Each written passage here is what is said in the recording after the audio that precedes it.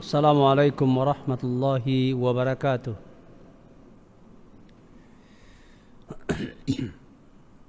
Innal hamdalillah nahmaduhu wa nasta'inuhu wa nastaghfiruh wa na'udzu billahi min shururi anfusina wa sayyiati a'malina. Man yahdihillahu fala mudilla lahu wa man yudlil fala hadiya lahu. Wa ashhadu an la ilaha illallah wahdahu la syarika lah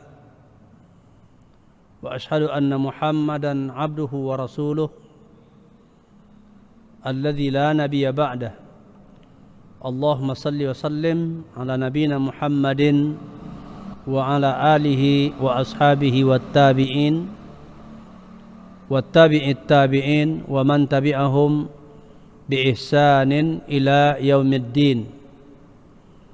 Amma ba'd, faqala Allah subhanahu wa ta'ala fi kitabihil karim ya ayyuhalladzina amanu taqullaha haqqa tuqatih wa la tamutunna illa wa antum muslimun.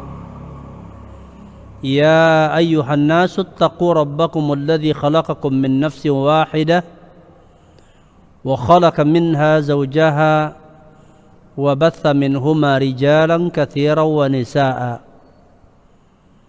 واتقوا الله الذي تساءلون به والأرحام إن الله كان عليكم رقيبا. يا أيها الذين آمنوا اتقوا الله وقولوا قولا سديدا يصلح لكم أعمالكم ويغفر لكم ذنوبكم ومن يطع الله ورسوله فقد فاز فوزا عظيما. وقال رسول الله صلى الله عليه وسلم فإن أصدق الحديث كتاب الله وخير الهدي هدي محمد صلى الله عليه وسلم وشر الأمور محدثاتها وكل محدثة بدعة وكل بدعة ضلالة وكل ضلالة في النار.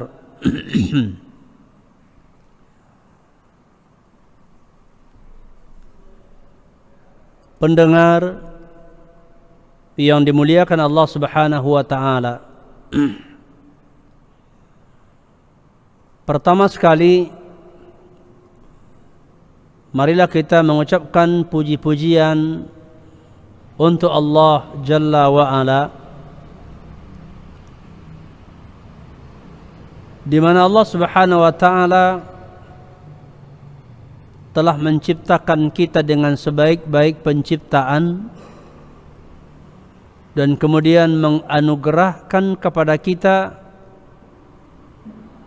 segala kebutuhan-kebutuhan kita, memberikan kepada kita berbagai nikmat.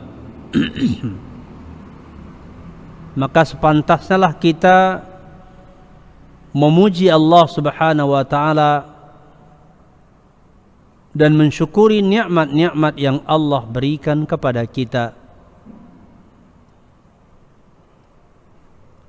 Di antara cara mensyukuri nikmat Allah adalah banyak memujinya. Kemudian mari kita memperbanyak salawat dan salam untuk Rasulullah sallallahu alaihi wasallam dan keluarga beliau dan sahabat-sahabat beliau seluruhnya, para tabi'in, tabi'ut tabi'in, serta segenap kaum muslimin, kaum muslimat yang mengikuti Rasulullah sallallahu alaihi wasallam dengan sebaik-baiknya. Pada kesempatan ini kita akan kembali kepada pembahasan yaitu kitab Al-Qawa'idu wal usulul jami'ah li Syekh Abdurrahman Ibn Nasir As-Sa'di.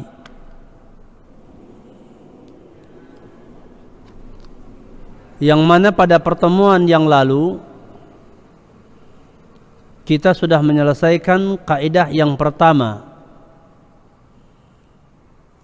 Pada pertemuan kali ini kita akan memasuki kaidah yang kedua.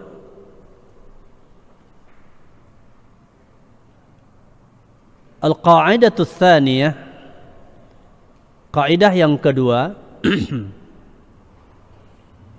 al-wasailu laha ahkamul maqasid, fama la yatimmul wajibu illa bihi fahuwa wajibun, wama la yatimmul masnunu illa bihi fahuwa masnun.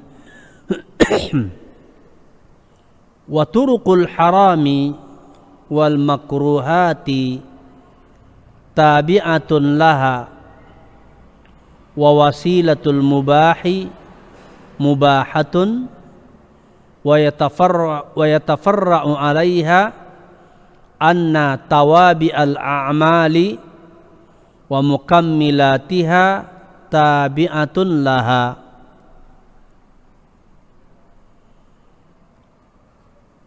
Hukum terhadap wasilah-wasilah atau perantara-perantara adalah mengikuti hukum-hukum daripada perkara-perkara yang dimaksud. Maka apa-apa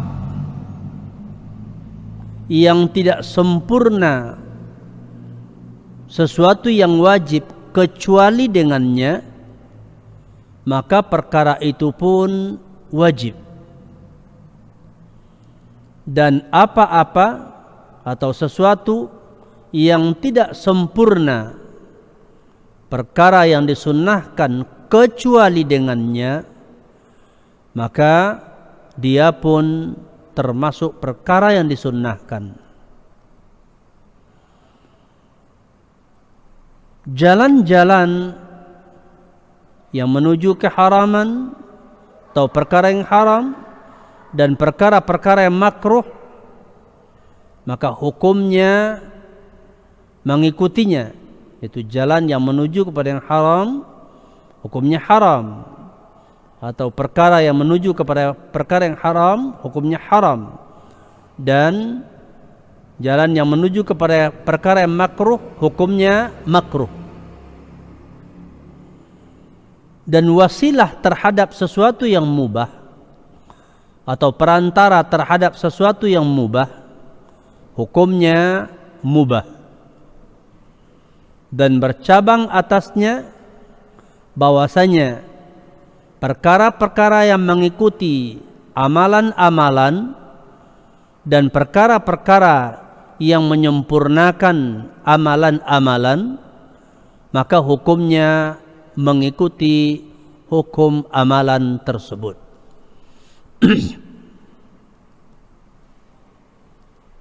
Inilah kaidah yang kedua yang akan kita bahas pada malam ini. Pensyarah kitab ini atau pensyarah kaidah ini yaitu Syekh Khalid Ibnu Ali Al-Musyaiqih. Beliau menyebutkan bahwasanya kaidah ini, kaidah ini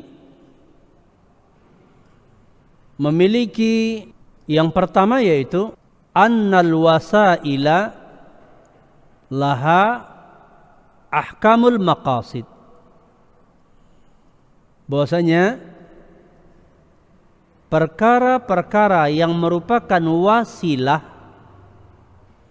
perkara-perkara yang merupakan wasilah atau perantara, dia memiliki hukum seperti hukum atas perkara-perkara yang menjadi tujuan. Yang kedua, bahwasanya perkara-perkara yang mengikuti amalan-amalan dan penyempurnanya memiliki hukum seperti hukum daripada tujuan. Kemudian tentang wasilah, perkataan Syekh Abdul Rahman As-Sa'di bahwasanya al-wasail laha ahkamul maqasid, bahwasanya hukum-hukum dari wasilah adalah mengikuti hukum daripada tujuan. Apa yang dimaksudkan dengan al-wasail, yaitu wasilah-wasilah? Dia adalah, wasilah adalah at-tariqu al-musilu ila syai'i. Wasilah yaitu jalan yang menyampaikan kepada sesuatu. Jalan yang menyampaikan kepada sesuatu. Apa yang dimaksudkan dengan al-maqasid, yaitu perkara yang dituju? Dia adalah ma yaqsiduhu al-mukallifu min fi'li ma'murin bihi au tarki manhiyin anhu. Dia adalah apa-apa yang dimaksudkan oleh orang yang mukallaf, orang yang sudah yaitu terkena tanggung jawab, ya orang yang sudah mukallaf, dari melaksanakan suatu perkara yang diperintahkan atau meninggalkan perkara yang dilarang. Ya, yang dimaksud dengan tujuan atau yang disilakan dengan maksud, yaitu adalah apa-apa yang dituju oleh seorang yang mukallaf dari melaksanakan suatu perkara yang diperintahkan dengannya atau meninggalkan perkara yang dilarang. Dan dia adalah yaitu tujuan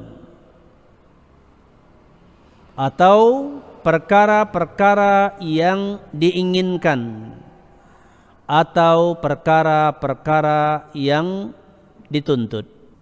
Kemudian macam-macam wasilah, ya, macam-macam wasilah, perantara.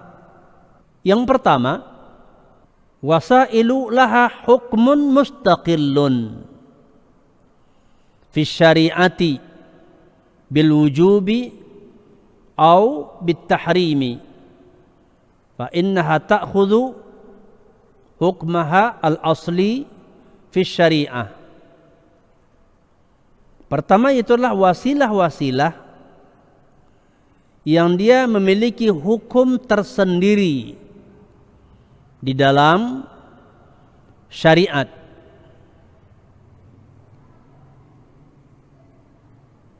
Baik itu dengan hukum wajib, diwajibkan, atau ya yang diharamkan. Dan dia adalah memiliki hukum sendiri hukum yang asli di dalam syariat. Jadi ada wasilah yang dia merupakan perantara kepada perkara yang lain dan dia memiliki hukum sendiri. Nanti akan dijelaskan. Bahagian yang kedua, wasailu tufdi ilal maqsudi nadiran. Fahadihi la ta'khudhu hukmal maqsud wan nadir fil ghalib la taltafitu ilaihi syariah. Bagian yang kedua adalah wasilah-wasilah yang mengantarkan atau yang membawa kepada perkara yang menjadi maksud, tujuan, ya, akan tetapi sifatnya nadir,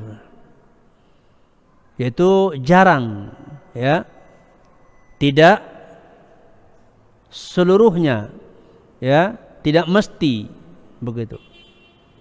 Maka dia tidaklah mengikuti hukum maksudnya.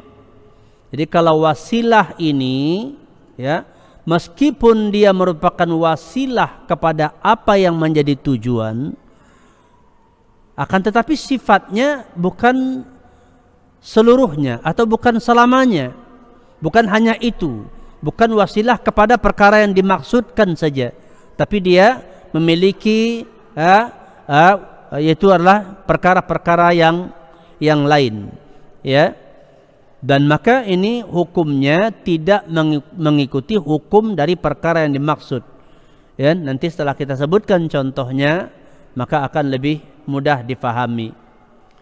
Dan pengertian nadir, ya, pada umumnya, ya, atau perkara yang nadir, ya, perkara yang nadir atau perkara yang jarang ini, ya, maka syariat, ya, tidak melihat kepada sebab ini. Contoh, ya, ini contoh dari perkara yang atau macam yang kedua ini. Kalau seandainya ada orang yang berkata, kita melarang berkebun anggur, ya, kita umpamanya melarang orang berkebun anggur atau menanam anggur, ya, dengan alasan agar tidak dijadikan oleh orang anggur itu sebagai, ya, bahan untuk khamar, ya, khamar, minuman keras.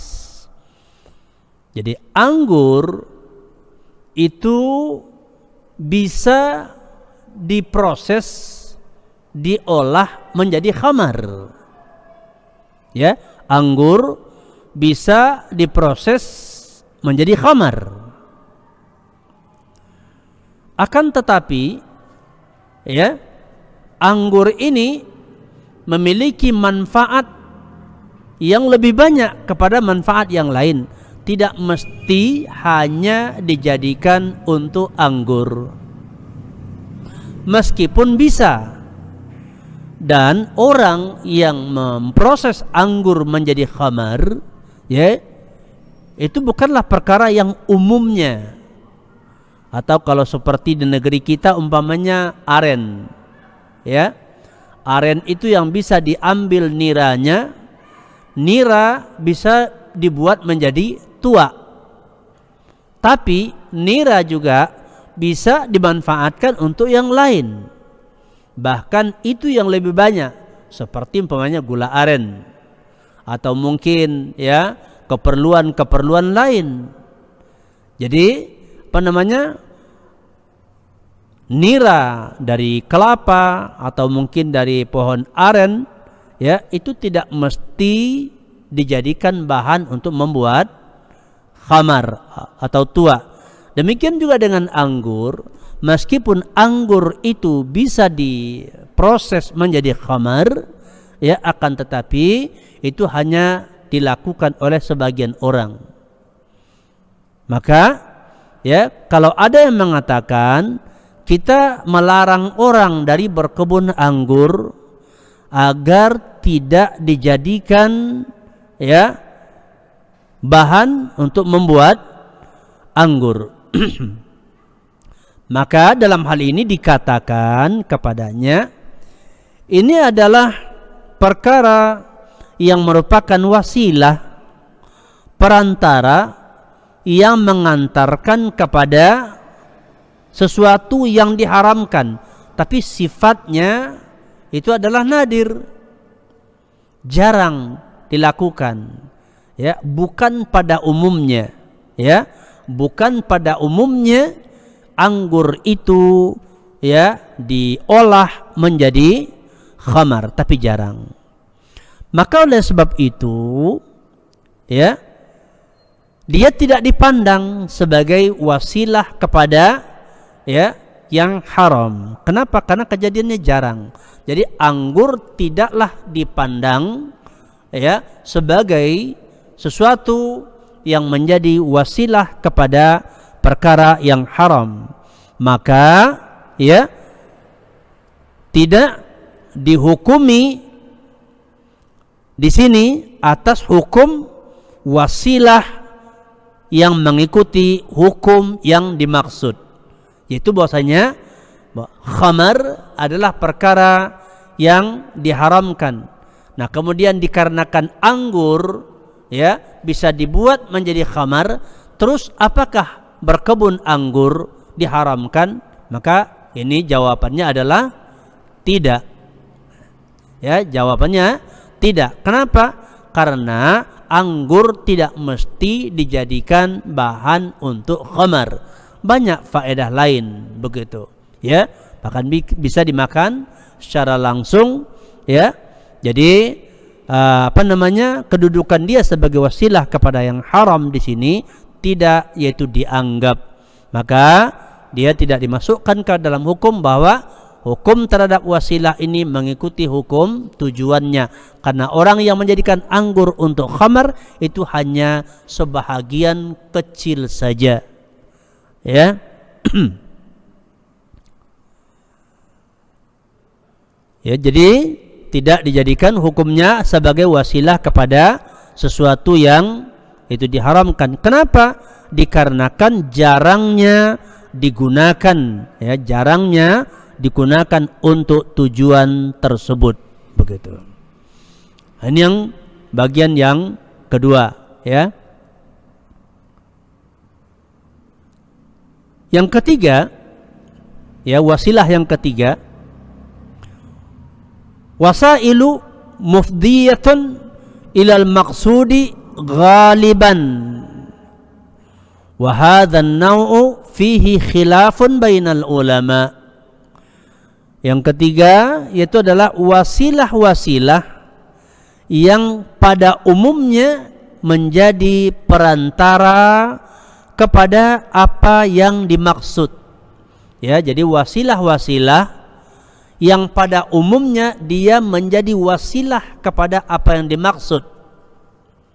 Maka dalam hal ini ya para ulama berbeda pendapat. Contoh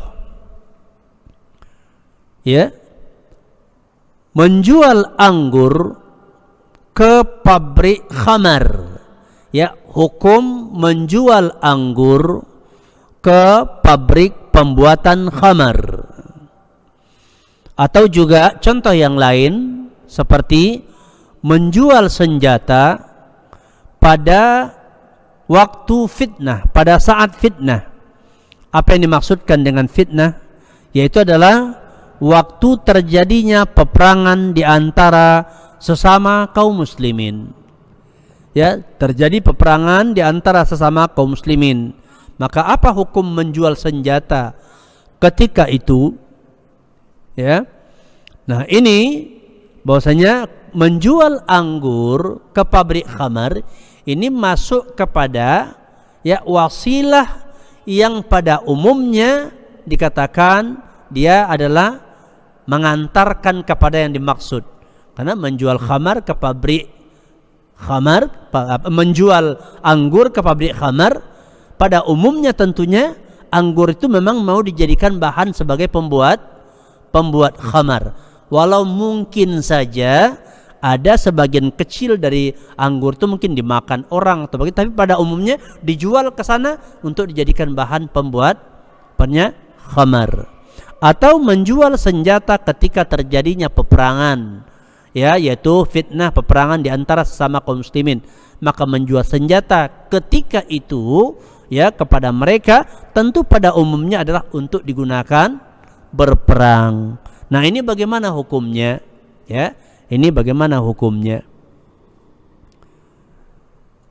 Padanya terdapat dua pendapat. Pendapat yang pertama, bahwasanya tidak dihukumi atasnya dengan hukum keharaman atau tidak diharamkan, ya, bahwasanya tidak ada yang menghalangi dari menjual anggur di dalam keadaan seperti ini. Artinya boleh, begitu, ya. Dan ini adalah merupakan pendapat dari mazhab Zahiriyah dan sebahagian daripada, ya, Hanafiyah, dan juga sebahagian dari mazhab Syafi'iyah, ya. Dan mereka berdalil, ya, dalam hal ini bahwasanya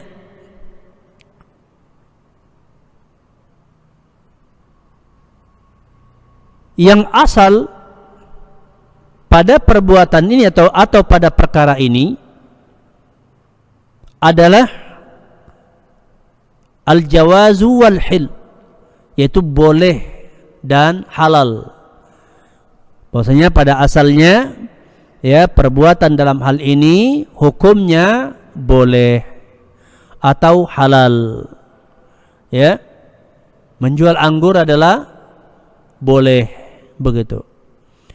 Wa qad qala ta'ala, Allah Subhanahu wa taala berfirman, fa in tanaza'tum fi syai'in farudduhu ila Allahi war Rasul.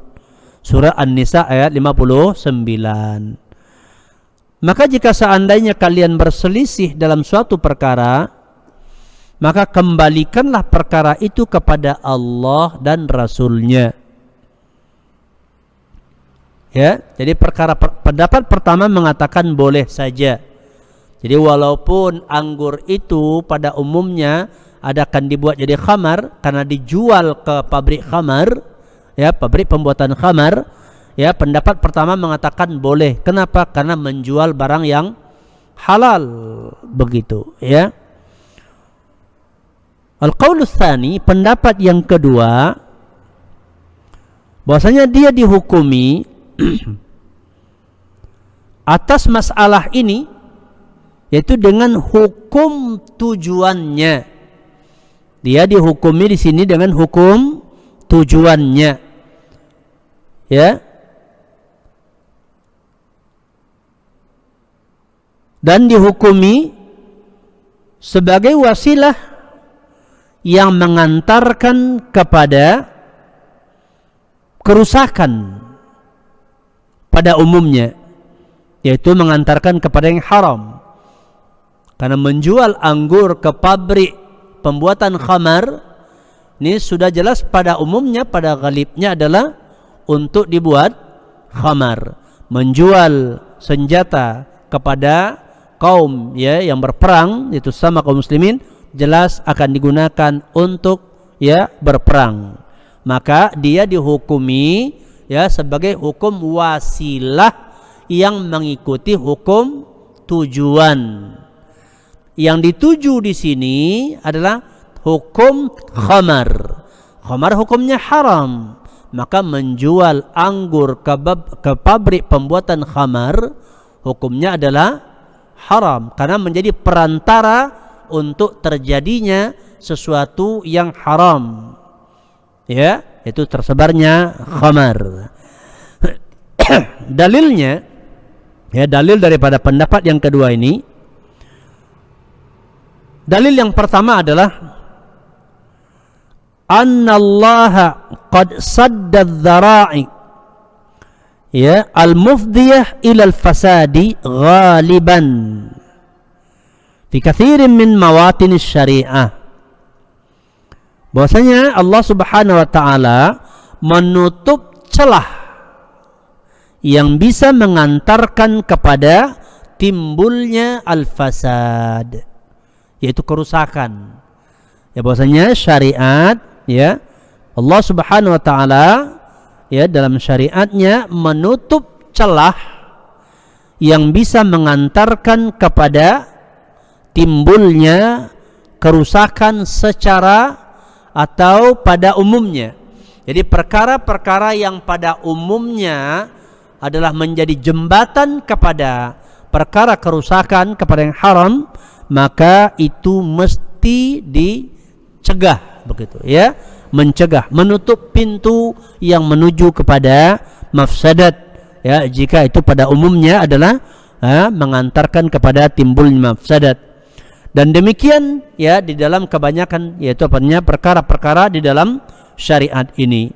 Di antaranya adalah firman Allah Subhanahu wa taala di surah Al-An'am ayat 108. Allah berfirman, "Wala tasubbul ladzina yad'una min dunillahi fayasubbullaha, ya, fayasubbullaha udwan bighairi ilmin."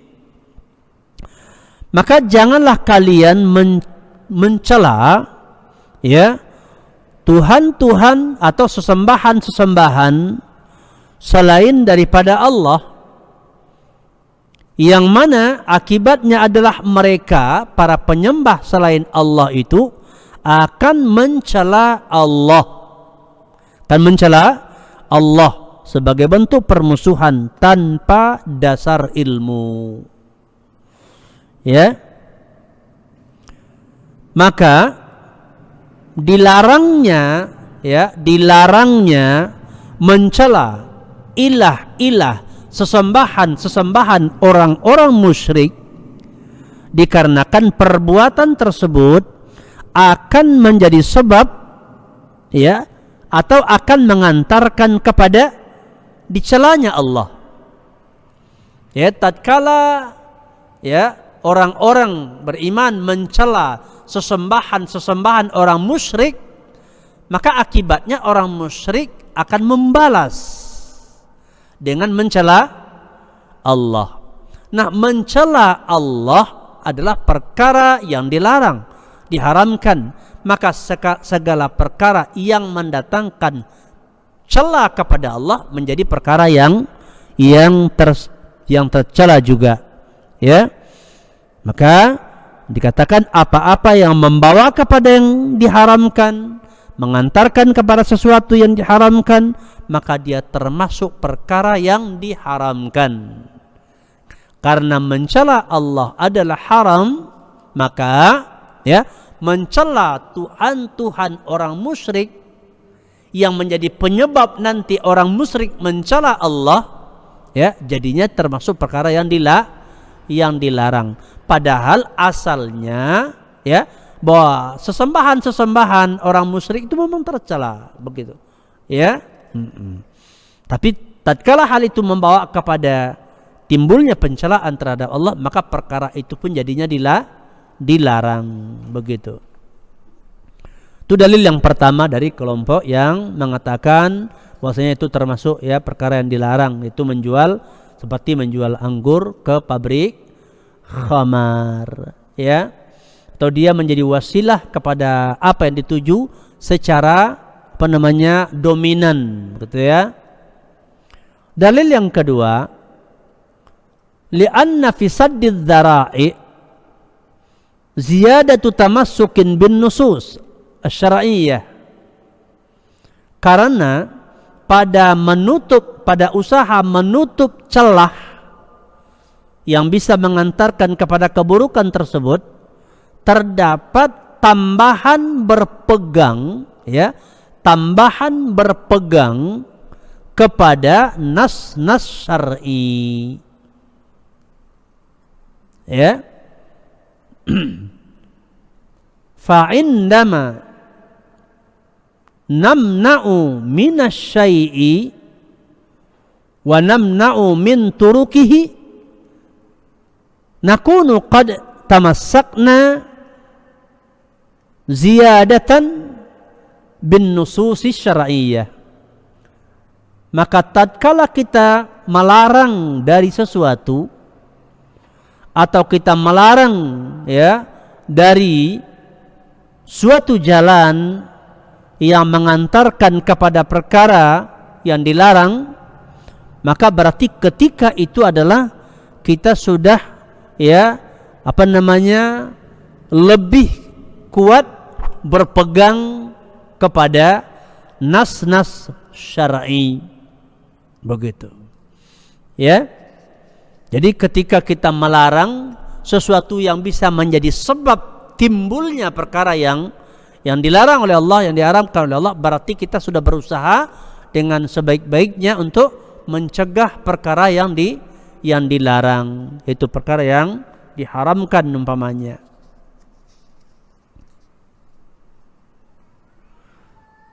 Ya, kemudian Syekh Khalid Al-Musyaiqih, beliau ya dalam hal ini merajihkan, menguatkan, yaitu pendapat yang kedua, ya, pendapat yang kedua. Dan ini adalah merupakan mazhab daripada jumhurul ulama, merupakan pendapat daripada jumhurul ulama, dikarenakan dia dikatakan li'annahu aqwa wa aula, karena dia lebih kuat dan lebih utama. Ya, jadi kalau pada ya macam yang kedua ini, wasilah yang kedua, bahwasanya dia memang pada umumnya menjadi wasilah, menjadi perantara yang mengantarkan kepada sesuatu yang dituju, ya, yang dimaksud. Seperti dikatakan, ya, menjual anggur ke pabrik khamar. Ini pada umumnya tentu anggur akan dipakai menjadi bahan untuk pembuat khamar. Beda dengan ya berkebun anggur ya dengan alasan ini adalah jalan yang menjadi penyebab nanti ya, kepada pembuatan khamar. Ya, karena berkebun anggur, ketika anggur dipanen tidak mesti dibuat menjadi khamar, bahkan kecil kemungkinan itu untuk dijadikan khamar, maka dikatakan nadir. Ini pada macam yang pertama, wasilah yang pertama. Beda dengan yang kedua, ya, memang pada umumnya dia akan dipergunakan untuk tujuan tersebut, begitu ya. Menjual anggur ke pabrik khamar jelas dengan tujuan bahwa anggur ini pada umumnya akan dijadikan khamar, walau barangkali ada 1-2 dimakan orang, kan mungkin saja ya. Atau umpamanya nanam kelapa, nanam aren, ya kan, dengan alasan oh ini kan wasilah, ini nanti dijadikan khamar sama orang, dijadikan tua sama orang. Itu kan jarang, gitu ya, kan jarang kejadian. Tidak setiap ya pokok aren, pokok kelapa itu dan kemudian diambil niranya khusus untuk buat tua, tidak. Tapi banyak guna yang lain, bahkan sedikit yang digunakan kepada tua. Bahkan mungkin di satu daerah nggak ada orang bikin tua dari hal itu, begitu. Beda dengan nanti panen nira, aren atau kelapa, kemudian dijual ke pabrik pembuatan khamar. Itu tentu ya hukumnya adalah masuk kepada yang kedua, wasilah yang pada umumnya menjadi perantara kepada apa yang dimaksud. Ya, jadi pada bagian yang kedua ini ya Syekh Khalid Musyaiqih menguatkan pendapat jumhurul ulama, yaitu adalah ya kalau perkara itu menjadi wasilah yang kuat, wasilah yang dominan kepada apa yang dimaksud, maka hukumnya mengikuti hukum daripada yang dimaksud. Berlakulah kaidah di sini bahwasanya ya hukum wasilah ini mengikuti hukum maksud dan tujuannya, begitu. Ya. Kemudian berikutnya perkataan ya Syekh Abdul Rahman As-Sa'di di dalam matannya, ya dalam kaidahnya, fama la yatimmul wajibu illa bihi fahuwa wajibun. Maka apa-apa yang tidak sempurna, sesuatu yang diwajibkan kecuali dengan perkara tersebut, dengan perkara ini, maka dia pun hukumnya wajib. Jadi suatu perkara yang dia menjadi penopang, penentu tegaknya sebuah kewajiban. Tanpa dia sesuatu yang diwajibkan tak bisa dilaksanakan, maka dianya ini hukumnya juga wajib. Fama la yatimmul wajibu illa bihi fahuwa wajib. Ya. Al-wajib ya secara bahasa artinya adalah al-lazim, sesuatu yang lazim, yang mesti, begitu. Sedangkan menurut istilah, itu istilah syariat, dia adalah apa-apa yang diperintahkan dianya oleh syariat ya dalam bentuk yaitu yang mengharuskan, ya, maka itu namanya sesuatu yang wajib, ya, sesuatu yang wajib. Kemudian perkataan penulis, wa ma la yatimmul masnun illa bihi fahuwa masnun, dan perkara atau apa-apa yang tidak sempurna, sesuatu yang disunnahkan kecuali dengannya. Artinya sesuatu yang disunnahkan itu tidak bisa direalisasikan, tak bisa diwujudkan kecuali dengan faktor penopang ini. Maka ya penopangnya ini hukumnya juga disunnahkan. Ya, hukumnya ngikut, begitu. As-sunnah secara bahasa artinya adalah at-tariqah, yaitu jalan.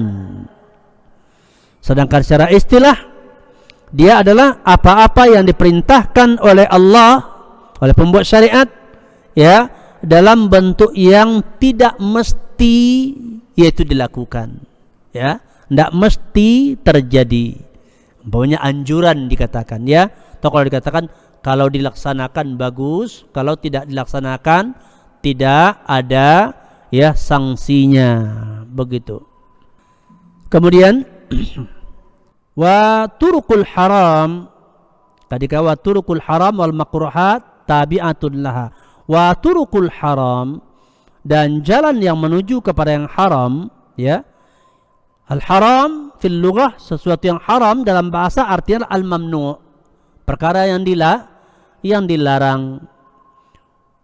Dan al-haram fil istilah, haram menurut istilah artinya adalah huwa ma naha anhu syari'u ala sabilil luzum.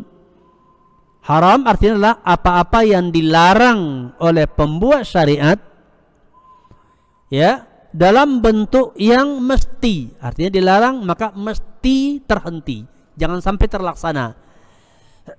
Maka itu namanya haram. Kemudian wal makruhat, dan perkara-perkara yang dimakruhkan. Wal makruh fil lughah, makruh dalam bahasa artinya adalah al mubghad, perkara yang dibenci, ya, yang dibenci. Sedangkan secara istilah dia adalah ma naha anhu syari'u ala sabili ma naha anhu syari'u la ala sabilil luzum. Apa-apa yang dilarang oleh yaitu pembuat syariat tapi tidak dalam bentuk itu adalah yang yang mesti, ya, kalaupun terlaksana tidak menjadi dosa, begitu. Kemudian mubah. Al-mubah fil lughah al-ma'dzunu fihi. Mubah artinya secara bahasa perkara yang diizinkan, perkara yang diizinkan. Wal mubah fil istilah, dan al-mubah dalam istilah syariat artinya huwa ma la yata'allaqu bihi amrun wala nahyun lidzatihi. Mubah artinya adalah apa-apa yang tidak berkaitan dengannya perintah dan tidak juga larangan, yaitu terhadap zat daripada perkara yang dikatakan mubah tersebut. Kemudian ya, syarah dalam hal ini penulis mengatakan bahwasanya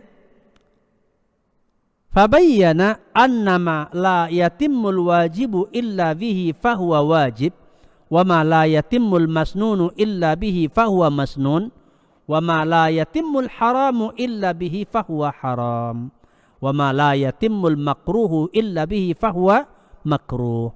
Yaitu bahwasanya apa-apa yang tidak sempurna atau tidak terrealisasi sesuatu yang wajib kecuali dengannya, maka dia pun wajib. Dan apa-apa yang tidak sempurna, sesuatu yang disunnahkan kecuali dengannya, maka dia pun disunnahkan. Apa-apa yang tidak, yaitu sempurna, sesuatu yang haram kecuali dengannya, atau tidak terrealisasi sesuatu yang haram kecuali dengannya, maka dia pun hukumnya haram. Dan apa-apa yang tidak terrealisasi sesuatu yang makruh kecuali dengannya, maka dia pun juga makruh. Ya. Maka Allah Subhanahu wa taala, yaitu pembuat syariat, jika memerintahkan sesuatu, maka ya, dia memerintahkan dengannya dan juga memerintahkan apa-apa yang apa-apa atau sesuatu yang tidak sempurna apa yang diperintahkan tadi kecuali dengannya. Ya, bahwasanya Allah tatkala memerintahkan sesuatu, ya, maka Allah juga memerintahkan apa-apa yang menjadi penopang atau menjadi penyebab terlaksananya sesuatu tersebut. Ya. Contoh, ya, ma la yatimmul wajibu illa bihi fahuwa wajib. Apa-apa yang tidak sempurna sesuatu yang wajib kecuali dengannya, maka dia pun wajib. Contoh umpamanya salat. Ya, amara syari'u bis salah. Allah memerintahkan untuk menegakkan salat. Fal amru bis salah, ya, amrun biha wa bisairi syurutiha wa arkaniha. Bahwasanya perintah untuk melaksanakan salat adalah perintah dengannya, itu perintah untuk menegakkan salat, dan juga perintah untuk seluruh syarat-syaratnya dan rukun-rukunnya. Jadi Allah memerintahkan salat, ya, berarti Allah memerintahkan untuk menegakkan salat itu dengan juga memerintahkan untuk menegakkan, untuk menunaikan syarat-syaratnya dan rukun-rukunnya. Demikian juga perintah untuk berwudu. Maksudnya itu adalah perintah untuk melaksanakannya, dan perintah terhadap apa-apa yang tidak sempurna wudu kecuali dengannya. Ya.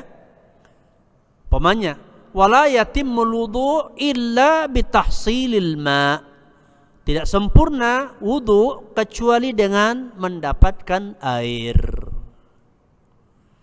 Sama saja, apakah dengan cara yaitu dicari atau dengan cara dibeli?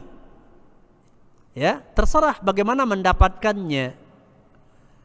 Kalaulah air itu didapatkan dengan cara mungkin dicari, dikorek tanah atau bagaimana supaya dapat air, maka hal itu diperintahkan. Kenapa? Karena diperintahkan berwudu dengan air. Maka berarti perintah juga untuk mendapatkan air. Oh, seandainya tidak ada air di daerah tersebut, tapi ada orang jual air, maka berarti perintah untuk berwudu berarti sekaligus perintah untuk membeli air. Karena berwudu itu dengan air.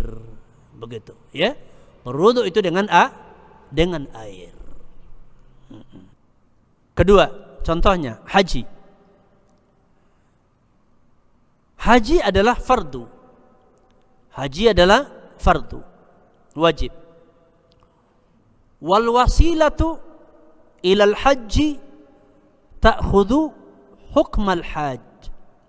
Maka wasilah perantara untuk terlaksananya haji, ya, hukumnya mengikuti hukum, ya, haji. Karena haji tidak terlaksana kecuali dengan perantara tersebut. Fa idza lam yakun al-insanu qariban ila Makkah fa innahu yajibu alaihi ayyashtariya wasilatan au ayyastajira wasilatan, ya. Idza kana mustati'an tusiluhu ila Makkah. Ya, jika seseorang itu berada tidak dekat dengan Makkah, jauh, seperti kita di Indonesia umpamanya, jauh dari Makkah, ya, maka wajib bagi dia untuk membeli, ya, sesuatu yang menjadi wasilah yang bisa menyampaikan dia ke Makkah untuk bisa berhaji, atau wajib bagi dia menyewa sesuatu yang jadi perantara, wasilah, ya, yaitu tatkala dia mampu, ya, untuk menyampaikannya ke Makkah. Jadi kalau orang mampu dengan barangkali nyewa pesawat, seperti orang beli tiket pesawat, atau kalau dahulu mungkin tiket kapal laut kalau dari sini, atau kalau di daerah lain mungkin jalan darat, ya, kalau yang dekat, ya, sesuai dengan kemampuannya. Yang jelas adalah, ya, karena berhaji itu adalah wajib, maka wasilah-wasilah perantara-perantara yang menyampaikan seorang untuk haji, ya, seperti menyewa kendaraan, membeli kendaraan, ataupun membeli tiket untuk bisa menaiki kendaraan ke sana, menjadi hukumnya wajib juga. Begitu, ya. Maka dalam kondisi demikian dikatakan, ya, untuk mendapatkan wasilah ini menjadi perkara yang diperintahkan dan hukumnya adalah wajib, yaitu mengikuti hukum wajib haji. Karena haji nggak bisa dilaksanakan kecuali dengan berangkat ke sana, sedangkan kita jauh, maka harus mungkin dengan menyewa kendaraan. Maka tatkala orang mampu dengan hal ini, maka dia wajib melakukan itu supaya bisa menunaikan kewajiban haji, ya. Kemudian di sini perlu dijelaskan juga, dikatakan, ya, pensyarah mengatakan, Syekh Khalid Musyaqih, wa indana qaidatun ukhra. Tapi kita memiliki kaidah yang lain di sini. Dia adalah ma la yatimmul wujubu illa bihi falaysa biwajib. Ma la yatimmul wujubu illa bihi falaysa biwajib. Yaitu apa-apa yang tidak sempurna suatu kewajiban kecuali dengannya, maka dia tidak wajib. Tadi kan ingat, fama la yatimmul wajibu illa bihi fahuwa wajib. Kalau yang ini, ya, ma la yatimmul wujubu illa bihi falaysa biwajib. Apa bedanya? Apa bedanya wujub wajib? Dikatakan bahwasanya haitsu innal wajiba ma aujabahu syari'u alaika. Bahwasanya sesungguhnya yang wajib itu adalah apa-apa yang Allah wajibkan kepada kamu. ya, apa-apa yang Allah wajibkan kepada kamu. Lakinnal wujub, akan tetapi al-wujub ay tahsilu hadal wujub, itu untuk mendapatkan sesuatu, ya, kewajiban ini, laisa wajiban alaika, tidak wajib atas kamu. Ya, apa maksudnya ini? Fala yajibu alal insani ayyaktasiba hatta yahsula nisaban zakawiyan, ya, ditajib alaihi zakah. Maksudnya adalah tidak diwajibkan kepada seorang insan, ya, untuk berusaha, ya, untuk berusaha menghasilkan nisab zakat agar dia terkena kewajiban zakat. Ya, agar dia, ya, umpamanya kita ini orang miskin nih, mengeluarkan zakat kan wajib. Iya, tapi belum ditunjuk kepada Anda. Artinya apa? Wajib zakat bagi orang yang memiliki harta, bagi yang memiliki harta senisab, cukup haul. Maka, ya, itu artinya orang yang memiliki harta, ya, orang yang memiliki harta, itulah yang dikatakan yang wajib baginya zakat.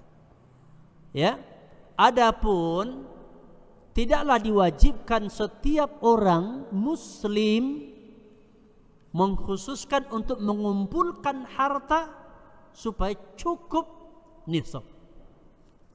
Tidak. Cuman kalau Allah menganugerahkan harta kepada dia cukup nisab, maka dia dikatakan, ya, yang wajib membayar zakat. Jadi juga maksudnya kan juga dikatakan Allah itu tidak membebani seorang hamba melampaui daripada batas kemampuan yang ia miliki, begitu. Ya, jelas bedanya, begitu ya.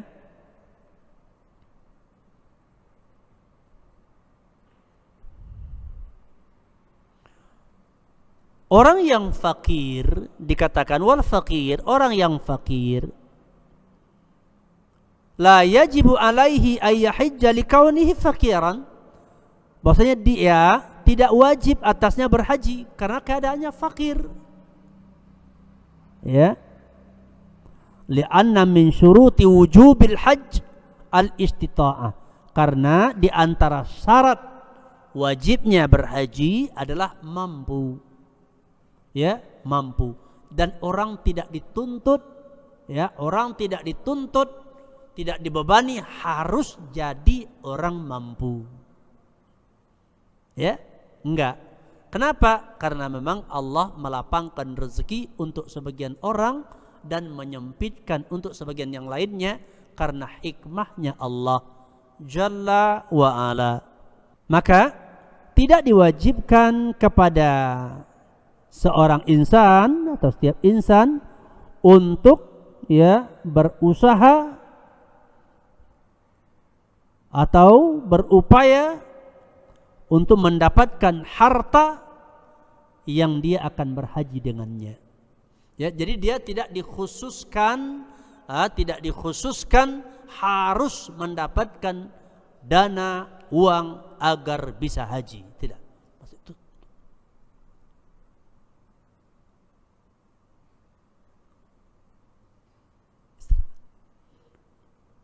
Ya, baik.